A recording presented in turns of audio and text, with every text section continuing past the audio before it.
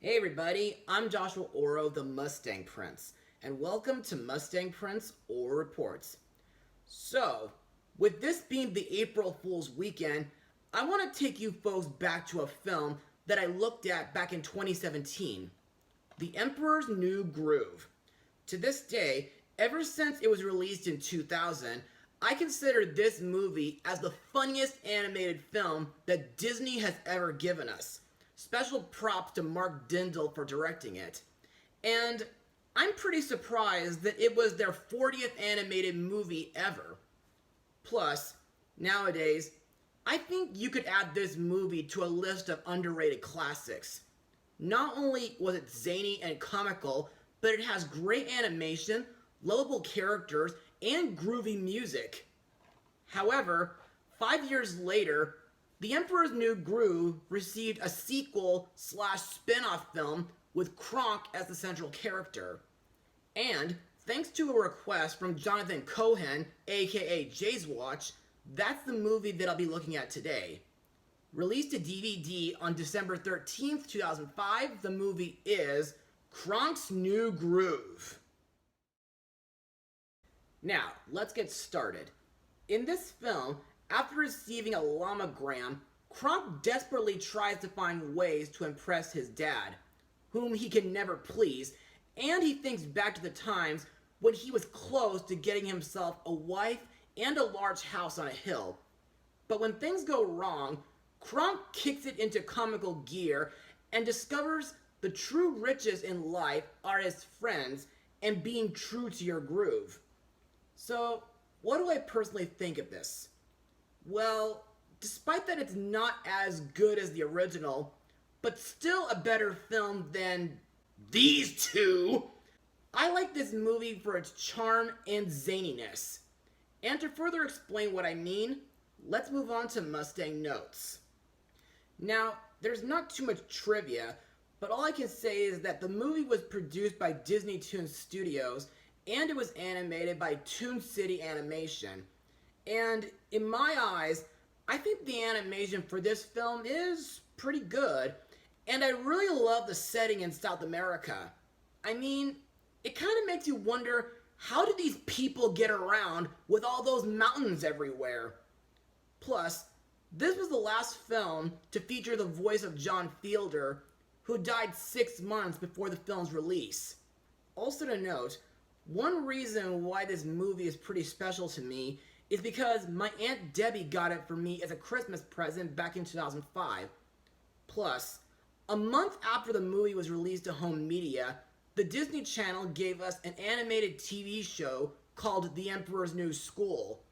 Sadly, I haven't been able to watch too many episodes due to high school studying and Boy Scouts of America stuff. Anyway, what I like about this movie, like the first film, is the zany comical gags that happen throughout the film. And while they're not as timeless as in Cusco's film, I think most of them have an equal sense of charm to them. In fact, some of these gags include moments that pay homage to the first movie, as well as fourth wall breaks and pop culture references. However, I didn't really like the parts that show close-up shots of an old man's armpits and toes, which were really gross, and the parts where several of Kronk's friends were cross-dressing and wearing baby costumes, which to me was way over the top and weird on so many levels. Also, like a few Disney sequels out there, this film includes a couple short stories. But unlike Belle's Magical World, Cinderella 2, Tarzan and Jane, and Mickey's Once/Twice Upon a Christmas, which include 3 or 5 stories, Kronk's New Groove includes 2 stories, which kind of may feel like a relief to some of you. Anyway, let me talk a little bit about each flashback. In the first flashback, while Kronk is delivering food to the Flickering Embers Home for Seniors, he follows a strange gold coin on a string to Yzma's new lair. There, she shows Kronk her vault of bottles of what she claims are youth potions, and she tells Kronk to sell it to the old people to make enough money to buy a house on a hill in order to get a thumbs up from Poppy. Later on, Kronk suddenly realizes that Yzma scammed the seniors with a fake potion, so he and Rudy warned the others about the scam before they elect Yzma as emperor. They then chase her all the way to the bridge, where Yzma drinks a potion to transform into a rabbit, but she gets snatched up by an eagle afterwards. In the end, because Kronk cheated Rudy and the others by accident, he generously gives his home back to them. What I like about this flashback is the plot regarding Kronk trying to help the seniors feel young, when in reality, the old folks had their youth inside them all along. Also, I feel like this flashback might have been an inspiration for the My Little Pony episode Leap of Faith, where Applejack's honesty is tested when Flim and Flam's miracle tonic appears to relieve Granny Smith of her aches and pains. And now, let's move on to the second flashback, which takes place at Camp Chipmunka. While leading his junior chipmunk troop, Kronk receives word from Bucky the Squirrel that a new troop leader named Birdwell seeks to win the trophy. During the aquatic competition, Birdwell's troop wins the point just because Kronk went in first when the troops had to compete in alphabetical order. After the other competitions, the troops are then tied. Because of this, the Chipmunk Cheer-Off is needed to decide the winner. Kronk then tells his chippers to do whatever it takes to win, which unfortunately gives Tipo the idea to cheat. Kronk and Birdwell decide to make raisin bread in order to cheer up their little chippers, but then they realize that their eggs and raisins have been switched. Thankfully, they agree to make raisin bread together, and they eventually fall in love. The next day, the two troop leaders declare a truce and pass out the raisin bread, and the little chippers find out that Kronk and Birdwell are now in love. Unfortunately, Tipo prepares a prank where he puts itching powder in Troop Birdwell's hand chalk. When Birdwell discovers Tipo's prank, Kronk, feeling responsible for the situation, protects the boy at the cost of alienating his love. In my eyes, this flashback is actually pretty good. While the Junior Chipmunk competitions were pretty comical and over the top, I liked when Kronk was this close to getting an official girlfriend. But on the other hand, I also liked when Kronk stood up for little Tipo. And now, let's move on to the movie's 3 song numbers. The first one to talk about is Be True to Your Groove, performed by Sandy Barber, which tells about Kronk's daily routine. To describe this song, well, it's basically Kronk's equivalent of Cusco's Perfect World song, and in my eyes, I find it to be a pretty catchy song to dance to. Plus, I think Sandy Barber's singing as the theme song lady is simply groovy.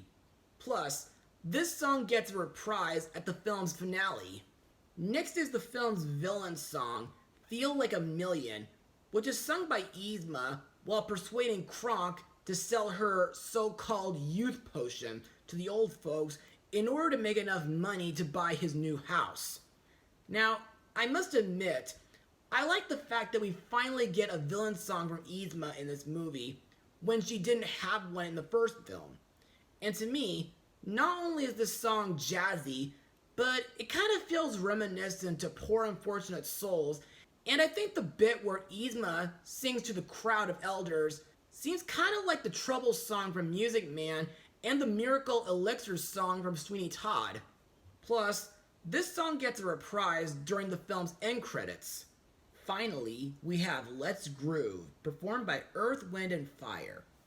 This song is heard during a scene where Kronk and Miss Burwell make raisin bread for their chippers and spark romance together. For those who don't know, this is one of my favorite disco songs from the 1970s, and Not only is the dance choreography between Kronk and Birdwell groovy, but I find it pretty funny when they reenact scenes from Lady and the Tramp, Tarzan, and, surprisingly of all, Titanic. Also to note, a rendition of this song, performed by B5, can also be heard during the film's end credits. And now, let's move on to the characters and the voice actors who brought him to life. Our main character, Kronk, is voiced once again by Patrick Warburton, whom was in the Hoodwinked movies, Disney's Sky High, the 2007 Underdog movie, and of course, DreamWorks' Mr. Peabody and Sherman. Also, you guys might find him at the Disney Parks Soarin' and Star Tours rides. Now, we all know that in the first film, Kronk was Yzma's sidekick and henchman who helped her try to kill and overthrow Kuzco. And as I said 6 years ago, Kronk is very similar to Mr. Smee due to his goofiness and kindness. Anyway, during this movie, not only is Kronk a Squirrel Scout troop leader, but he's also head chef and delivery boy at Mudka's Meat Hut. Plus, Kronk has made friends with almost everybody in Kuzco's empire. But after hearing the news of his father's upcoming visit, Kronk frets of his disapproval, and ever since his childhood, all he wanted was a big thumbs up from Poppy. Also, like I said earlier, I liked when Kronk was generous enough to make his big house on the hill a senior home, and when he made raisin bread for his junior chipmunk scouts.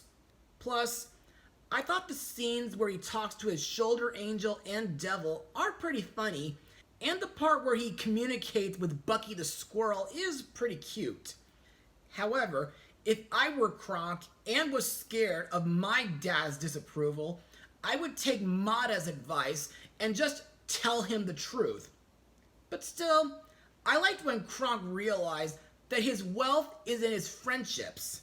Next we come to Emperor Kuzco, voiced by David Spade, whom you might know from Tommy Boy, Racing Stripes, and of course the Hotel Transylvania quadrilogy. And yes, I demand that we get the fourth movie on DVD right now, please. Anyway, in this, Kuzco acts like the director of Kronk's movie, and he breaks the fourth wall by talking to the audience. And in my eyes, I like that Kuzco is no longer the selfish brat that he was in the first film, and throughout this movie, Kuzco pops in and out to give comments on the scene in question, and to me, those moments are pretty hilarious, especially the part where he points out Yzma's scheme with a marker. Next up we have Yzma, voiced by the late Eartha Kitt, who voiced Bagheera in the Jungle Book Mowgli's story, Queen Vexus in My Life as a Teenage Robot, and Madame Zeroni in Holes. For those who may not remember, Yzma was Kuzco's advisor who wanted to kill him and take over his empire. However, while she is scary beyond all reason, at the same time, she's laughable, and I thought her defeat by being transformed into a kitten was both cute and really funny. Anyway, in this film, Yzma appears in one of Kronk's flashbacks, wherein she has somehow returned to her human form, but still has a cat's tail and cat ears. Her big plan is to sell sewer sludge, which she passes off as a youth potion to the old people, and uses a reformed Kronk to advertise the product, promising to help him purchase a mansion in order to impress his father, while the Empire elects Yzma as Empress. To me, Yzma is not as villainous as she was in the first film. However, I think her new secret lab is pretty cool, and I found it pretty funny that the way to get to said lab is It's a Small World styled boat ride with a waterfall. Next is Kronk's love interest, Miss Birdwell, voiced by Tracy Ullman, who voiced Lucinda's mother, Marla, in Season 2 of Sophia the First, and she got to be Princess Winifred in Once Upon a Mattress, Miggery Sow in The Tale of Despero, Thunderella and Moonbeam from Happily Ever After, Jack's mother in Into the Woods, and of course Grecklin in Pixar's Onward. Like Kronk, Birdwell is a leader of a troop of junior chipmunks, but unlike Kronk, she runs her troop in military-type form, and she is more into the competition than letting her chippers have fun. But underneath all that, Birdwell is very kind and helpful to her chippers, and she would not let anything happen to them, especially to the point of not letting Kronk and his chipmunks ruin their events.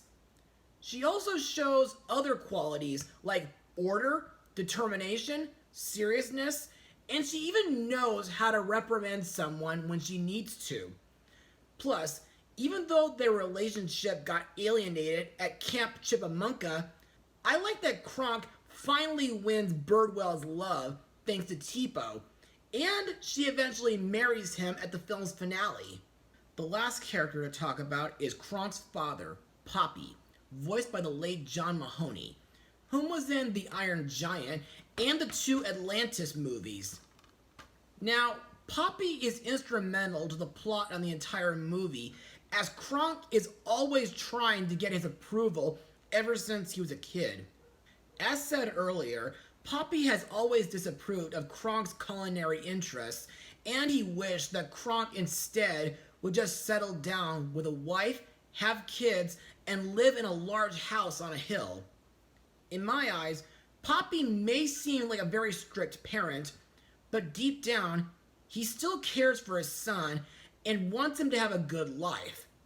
In the end, Poppy learns to accept Kronk for who he is and finally gives him a thumbs up. And now, on to my final words. Overall, while it's not as good as its predecessor, Kronk's New Groove was a pretty entertaining spin-off, and like I said earlier, the animation is still pretty good.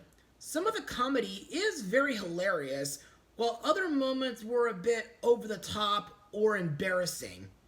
The 2 flashbacks were pretty good, and believe me when I say that I cried when Kronk had to give up his house and girlfriend for the elders and for one of his junior chipmunks.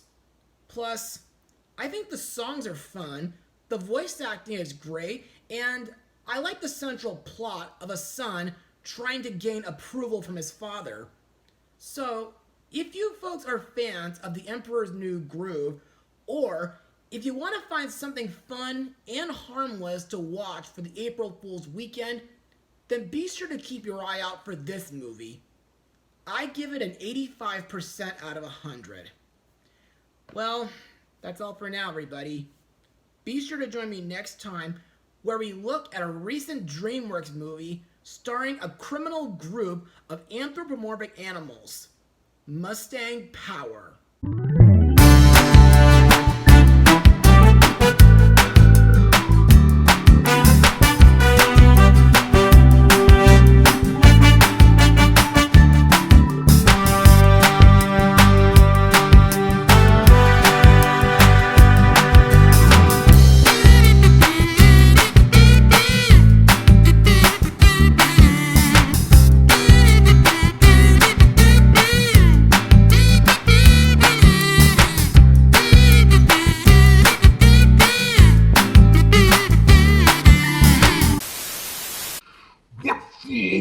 Kronk's New Groove.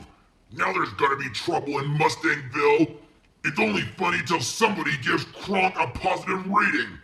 I'm not sure what that means, but I'm serious.